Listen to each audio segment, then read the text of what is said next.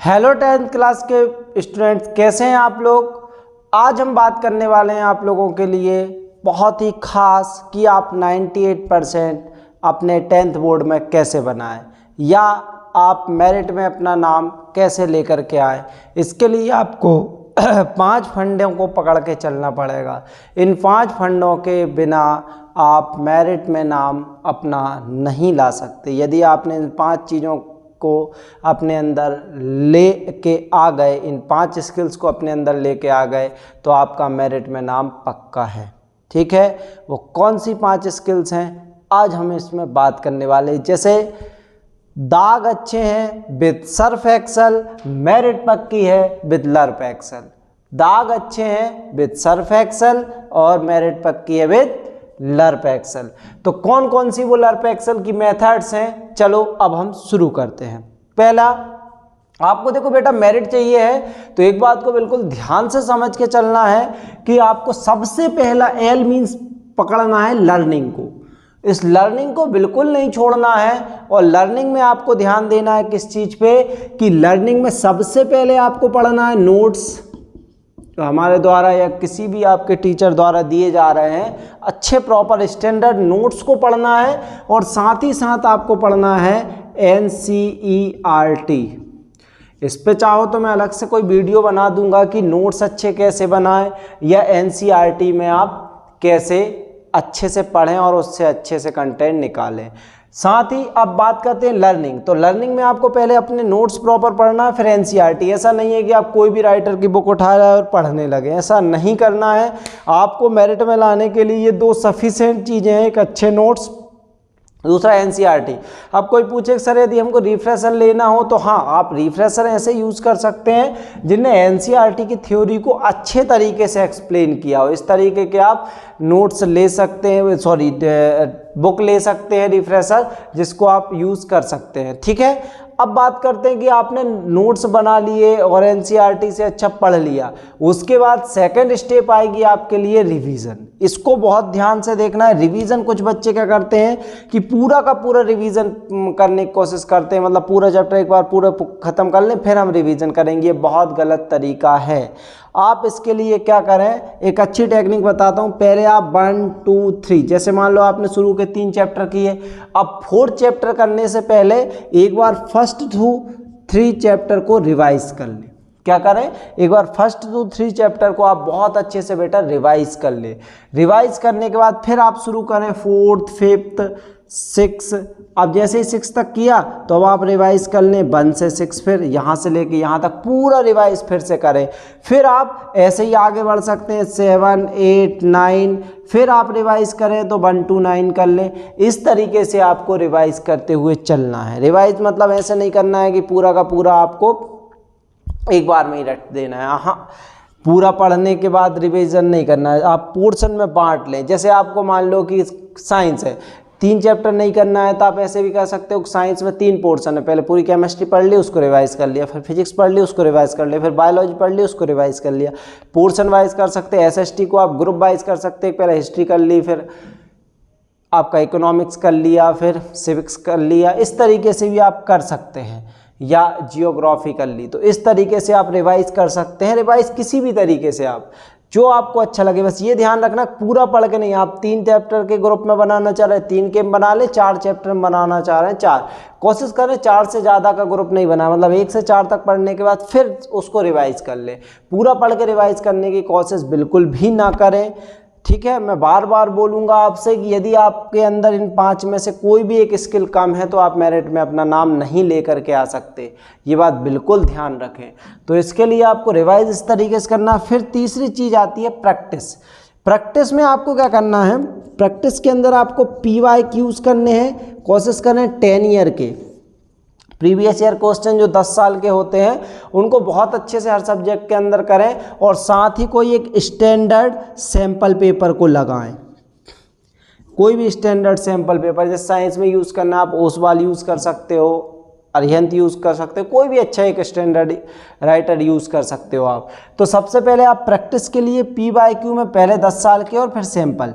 ठीक, अब मैं पहले इन तीनों चीज़ों के विषय में एक बार बताता हूँ इनको कैसे तैयार करना है। सबसे पहले फॉर एग्जांपल आपने पहला ही चैप्टर अपना साइंस का पढ़ना शुरू किया, मैं साइंस के एग्जांपल से समझा रहा हूँ। आपने साइंस का पहला ही चैप्टर बेटा पढ़ना शुरू किया कि केमिकल रिएक्शन एंड इक्वेशन। आप क्या करें, पहले उस चैप्टर को बहुत अच्छा अपने नोट्स से पढ़ें, ठीक। फिर नोट्स से पढ़ने के बाद आप उसको एनसीईआरटी से बहुत अच्छे से पढ़ें। अब आपने नोट्स पढ़ ली और एनसीईआरटी पढ़ ली, इसके बाद आप क्या करें कि इस चैप्टर से रिलेटेड PYQ 10 साल में जो इस चैप्टर से रिलेटेड क्वेश्चन आए हैं उनको एक बार प्रैक्टिस करके देखें।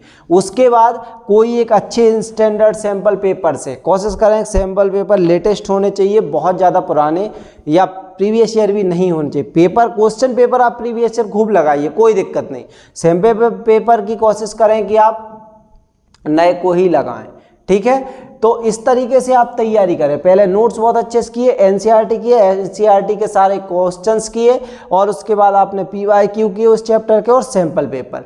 अब इतना पूरा करने के बाद आप उस चैप्टर को एक समराइज 2-4 पेजों के अंदर लिख के रख लें। पूरा पढ़ने के बाद, समझने के बाद, प्रैक्टिस करने के बाद 4-5 पेज के अंदर पूरे चैप्टर को लिखने की कोशिश करें। 4-5 पेज में आप उसको समराइज़ कर लें और वो समराइज क्वेश्चन आपको काम कब आएंगे, रिवीजन करते समय। आपने 4 पेज के अंदर पहला चैप्टर ख़त्म कर लिया, ऐसे फिर दूसरा चैप्टर तैयार करके वही प्रोसेस अपनाई, नोट्स, एनसीईआरटी क्वेश्चन, PYQ और सैम्पल पेपर ये लगाए। फिर आप क्या करें, फिर इसको 4 पेज के अंदर एक स्टैंडर्ड बना, 3 या 4 पेज के अंदर इसको ख़त्म करें।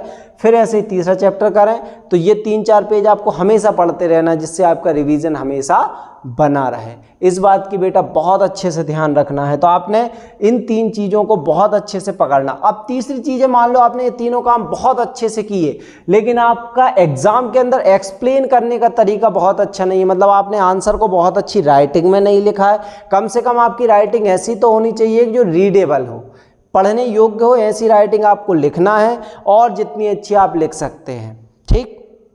इस पे से मैं आपको एक बहुत अच्छे वीडियो भी बना के दूंगा, आप लोग कमेंट करेंगे। यदि आपको इस टॉपिक पे वीडियो चाहिए है, किसी भी टॉपिक पे आपको वीडियो चाहिए तो आप कमेंट कर सकते हैं कि सर हमें आप ये बताइए कि एक्सप्लेन किस तरीके से हम बहुत अच्छा करें, एग्ज़ाम के अंदर बहुत अच्छा एक्सप्लेन किस तरीके से करें। तो इसके लिए मैं आपको एक हिंट दूंगा, उसके बाद भी आपको लगेगा तो मैं और सेपरेट इस टॉपिक पे से वीडियो बना दूंगा।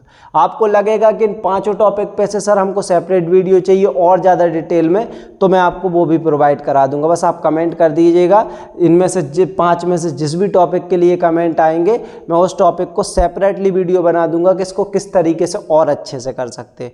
तो चलिए बहरहाल बात करते हैं एक्सप्लेनेशन पे। आपको किसी भी क्वेश्चन का आंसर लिखना है तो एक बात की बहुत अच्छे से ध्यान दें बेटा, आप ये समझें कि जिसके लिए भी आप आंसर लिख रहे हो, जिस भी टॉपिक का आंसर लिख रहे हो, उसमें ये समझें जो जांचने वाला टीचर है उसको कुछ नहीं आ रहा है, आपको सिर्फ उसको समझाना है उस टॉपिक को। जैसे आपके क्वेश्चन सिंपल सा आया कि प्लास्टर ऑफ पेरिस क्या है, what is plaster of Paris, तो आपको प्लास्टर ऑफ पेरिस को इस तरीके से लिखना है उस आंसर को कि सामने वाले को समझ में आ जाए। लिखने में एक बात ध्यान रखना, जैसे आप एक बात बताओ, आपने ये बात तो बहुत अच्छे जानी होगी कि आप स्कूल में हैं, तो स्कूल में जो बच्चे टीचर के साथ ज़्यादा कनेक्ट रहते हैं, एक्टिव रहते हैं, पढ़ने में अच्छे रहते हैं, उनको प्रैक्टिकल में और असाइनमेंट वगैरह में लगभग पूरे नंबर हमेशा मिलते हैं। क्यों? क्योंकि टीचर को, आपके स्कूल के टीचर को पता है कि ये बच्चा इंटेलिजेंट है, एक्टिव है और सब कुछ में अच्छा है, ये पता है, इसलिए वो आपको पूरे नंबर दे के जाता है। यदि आपको बोर्ड में जो टीचर कॉपी चेक कर रहा है उससे पूरे नंबर लेने, तो आपको क्या सोचना पड़ेगा कि उसके सामने आप तो हैं नहीं, आप उसके सामने क्या है, सिर्फ आपकी कॉपी है। अब कॉपी इतनी बुरी लिखी है कि जैसे मान लो वो गैया को लूज मोशन हो गया हो, वैसी आपने कॉपी लिखी है कि पूरी भिड़ रही है कॉपी, कहीं से आई कम कहीं ज़्यादा, तो ऐसा नहीं, बहुत सुंदर सी राइटिंग लिखो। पहले तो आप किसी का अच्छा सुंदर मुखड़ा देखोगे, उसके बाद तो उससे बात करोगे, अच्छा है बुरा है बात की बात। इसलिए सबसे पहले आपको बहुत अच्छा लिखना है और राइटिंग बहुत अच्छी होनी चाहिए, सेटअप बहुत अच्छा होना चाहिए, दिखने में बहुत अच्छा दिखना चाहिए।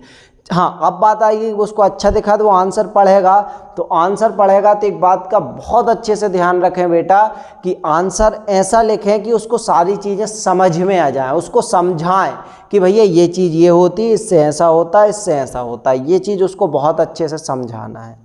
और एक बात ध्यान रखना, सबसे बड़ा चैलेंज होता है कि एग्जामिनर को कॉपी पढ़वाना। आपने कॉपी इतनी अच्छी लिखी कि उसको मजबूरी में, उसने इंटरेस्ट में आपकी कॉपी पढ़ ली, या मजबूर होकर के पढ़ ली कि हाँ इसको तो पढ़ना पड़ेगा, इतनी बढ़िया कॉपी लिखी हुई है, तो समझ जाओ आप उससे पूरे मार्क्स ले जाओगे। इस बात को ध्यान रखना। यदि आप किसी भी एग्जामिनर से पूरी कॉपी अपनी नहीं पढ़वा पाए तो आप 100% मार्क्स भी नहीं ले जा पाएंगे। यदि आपको 100% मार्क्स चाहिए अपनी कॉपी में तो एग्जामिनर से पूरी कॉपी को पढ़वाएं। वो तब पढ़ेगा जब आपने एक तो बहुत सुंदर लिखा हो और आंसर के अंदर बहुत ज़्यादा नॉलेज दिया हो। ये बात को विशेष तौर पे ध्यान रखें। तो एक्सप्लेनेशन पे ध्यान रखें। अब ये 4 चीज़ें हो गई हैं, 5वीं चीज़ होती है एग्जामिनेशन टेम्परामेंट। अब ये एग्जामिनेशन टेम्परामेंट क्या है? प्रश्न उठता है कि एग्जामिनेशन टेम्परामेंट क्या है। तो एग्जामिनेशन टेम्परामेंट के लिए अपन यदि बात करें बेटा, तो देखो कुछ लोगों को होता है एग्ज़ाम फोबिया। वो पेपर में गए, उनको गर्म हवा सांसें उठने लगेंगी, ठीक, मन घबराने लगेगा, मतलब पेपर देख के सब घबरा जाएंगे। आप में बहुत से बच्चे इस चीज़ से रिलेट कर पाएंगे कि हमें याद सब रहता है लेकिन एग्ज़ाम में घबरा के सब भूल जाते हैं। तो वो एग्जामिनेशन टेम्परामेंट होना बहुत ज़रूरी है, मतलब आपका स्वभाव एग्ज़ाम देने वाला होना चाहिए। तो आपके यदि इन 5 में से किसी भी चीज़ में कमी है तो आप अच्छा स्कोर नहीं कर पाएंगे। किसी भी एग्ज़ाम में अच्छा स्कोर करने के लिए ये 5 चीज़ें ज़रूरी हैं, ठीक है। अब बात आती है कि ये 5 चीज़ें आएंगी कैसे, तो इस पे हम डिटेल से बात करेंगे कि ये 5 चीज़ एक ऐसी टेक्निक है जिससे कि ये 5 की 5 चीज़ आपके अंदर आ सकती हैं। तो उसके लिए आपको रुकना पड़ेगा सेकंड वीडियो के लिए। सेकंड वीडियो में हम बात करेंगे कि ये 5 की 5 स्किल आपके अंदर कैसे आए। एक टेक्निक है मेरे पास जिससे आप अपने अंदर ये 5 की 5 टेक्निक अपने आप लेकर के आ सकते हैं। तो उसके लिए आपको सेकंड वीडियो तक रुकना पड़ेगा। इस वीडियो को आप बहुत अच्छा प्यार देंगे, दोस्तों से शेयर करेंगे, तो आपको अगली वीडियो में मैं बताऊंगा वो कौन सी टेक्निक है जिससे ये 5 की 5 गुण आपके अंदर आ सकते हैं। तो इसलिए बने रहें NDVP के साथ। धन्यवाद।